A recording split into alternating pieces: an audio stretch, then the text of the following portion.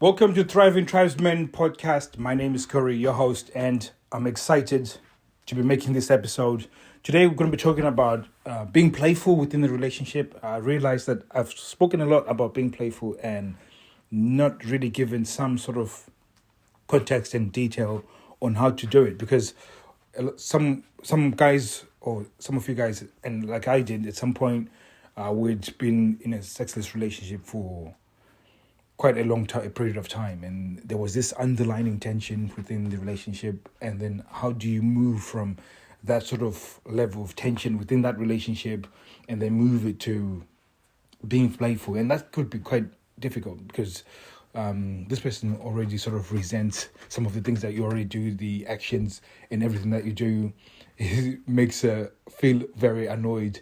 So how do you move that to being playful and then moving into seduction? That's it was an important question, because I've trained a few guys when it comes to really becoming playful, because again, you probably have lingering, or you got scars from the situation that you're in.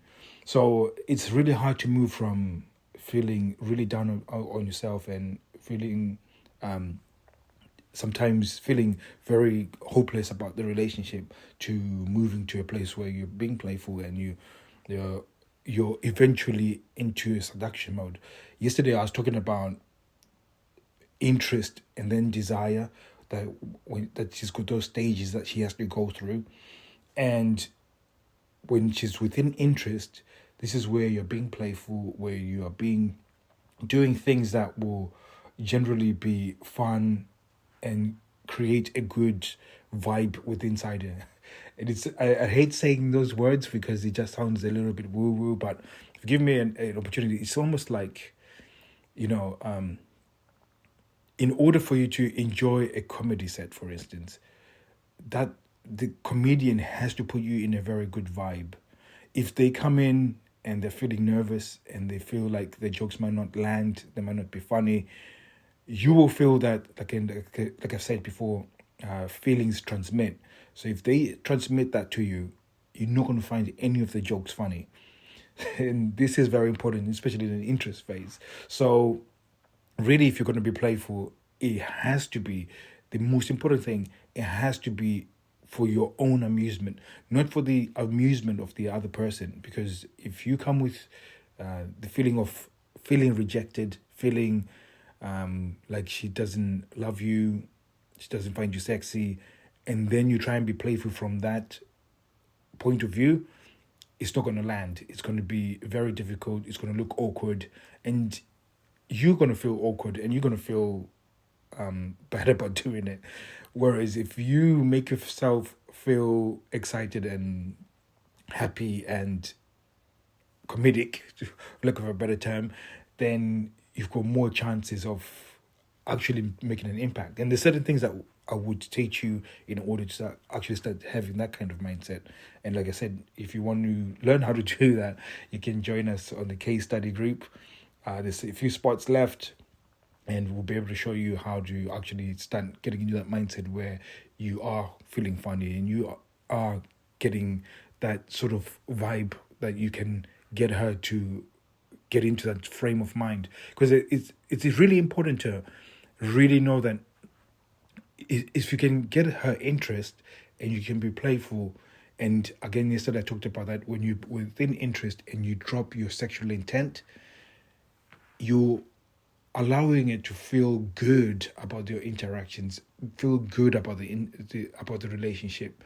And when she starts feeling good about it, it becomes playful. Because you got to bear in mind, youth probably think that you're the only one within a sexless relationship, or your relationship is the only one that's pretty rubbish. But I can guarantee you 90% of her friends as well are in that same scenario. So they've talked about the stories. They've talked about how marriage can be pretty boring, how it's annoying, and they have to deal with the kids, and they've all had these conversations, and they all talk about wishing that, I wish my partner, we could just have fun. I wish we could just have moments where we can just enjoy. And this is one of those things that you have to cultivate for this to happen. You have to just cultivate this feeling of being perpetually happy within yourself. And again, when you're being playful, be able to do it in a way that if she doesn't receive it, you still doesn't affect you. So I can do a joke to my partner, and she will just think I'm being ridiculous, and that's okay, and I feel okay about it, because I still find it funny, I still find it amusing, and because I'm transmitting that vibe, she's more likely to break down her walls and then be wanting to be part of it, because I'm enjoying myself. So she can try and throw water to the flame of my happiness, but as long as that flame keeps going, then she's just going to have to be a part of it. And this is what's really important, because I think most guys, they might sort of get into that mindset where they're feeling a bit playful, they're feeling a bit good about themselves, and then she comes and then throws this water on your flame, and then that's it, it's gone.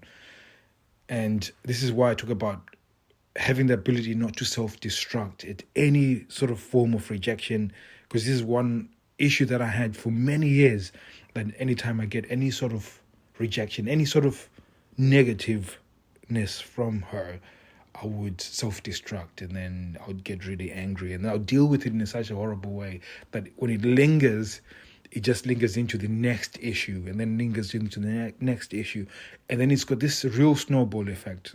One small thing where I was joking and she didn't respond well ends up being this really massive thing that will last for a long time. And all through this period, there is no play in the bedroom. So it's so weird when you look at it from that perspective. And I hope this is why I make these episodes, because what we talk about in these episodes is so contrary to what you will read in books.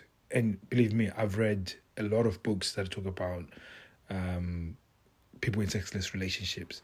Those are definitely going on the barbecue, because they're completely rubbish. None of them helped. Now, went on to read a lot of neuroscience books, a lot of body language books, a lot of psychology and different. I had to read other stuff in order to really get to the realizations of that I have right now. A lot of it also comes back from my background as a dating coach. So when it comes to real change, it's going to be counterintuitive to what you think, but at the same time, it's not going to be one thing that you need to do in order to fix it. It's going to be several things that you're going to have to do, and a lot of them are outside your comfort zone. So you have to be outside your comfort zone. And a lot of it is like listening to the podcast is a start. It's a really good start, but you have to really make an effective change. You need to really go up to the next level where you're not just looking for that free advice.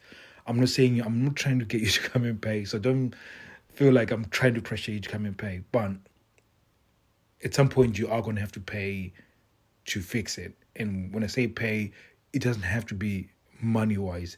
You're going to probably have to invest your time. And your time, when I say invest your time, you're going to have to invest your time in uncomfortable situations, whether it be conversations, whether it be just challenging yourself. You are going to have to invest some time. Watching a podcast is going to make you feel like you're making progress, because you get to listen to these ideas, and you might feel good about listening to the ideas. And this is one of the things that I don't want. And this is the reason why I don't even spend any time having to go into a studio and making it fancy. And I would love to, because I would want you guys to have a really good listening experience. But at the end of the day, I want to make those episodes when I can, and when the idea comes. At the same time, I don't want to make it. I heard a story of a prisoner who got in to prison, and while other prisoners got into prison, they put up pictures of their family, and then they put up stuff to make themselves feel comfortable. One guy, he made sure that he didn't have a blanket, he just had a mattress. He didn't have any pictures of his family. And people asked him, why don't you do something about your cell? It looks horrible. He says, I don't want to be comfortable in this uncomfortable place. He just didn't want to be comfortable. So he chosen that I'm not gonna allow myself to make this situation comfortable. And you might listen to this podcast episodes and feel good about yourself, and then just use this as a way of you feeling comfortable within your relationship and really not causing change. This is not what it is about. What it is about is going to require you to need to do action, and you're going to need to do things to transform your relationship. So I'm not going to go any more about this. And like I said, if you never pay me any money, no big deal. Like if you, I'm not in the business of taking people's money or pressuring people into giving me money. Like if you want to change and you want a lot more of my time, you might have to pay at some point. But at the same time, I am at this point where I'm giving away free time.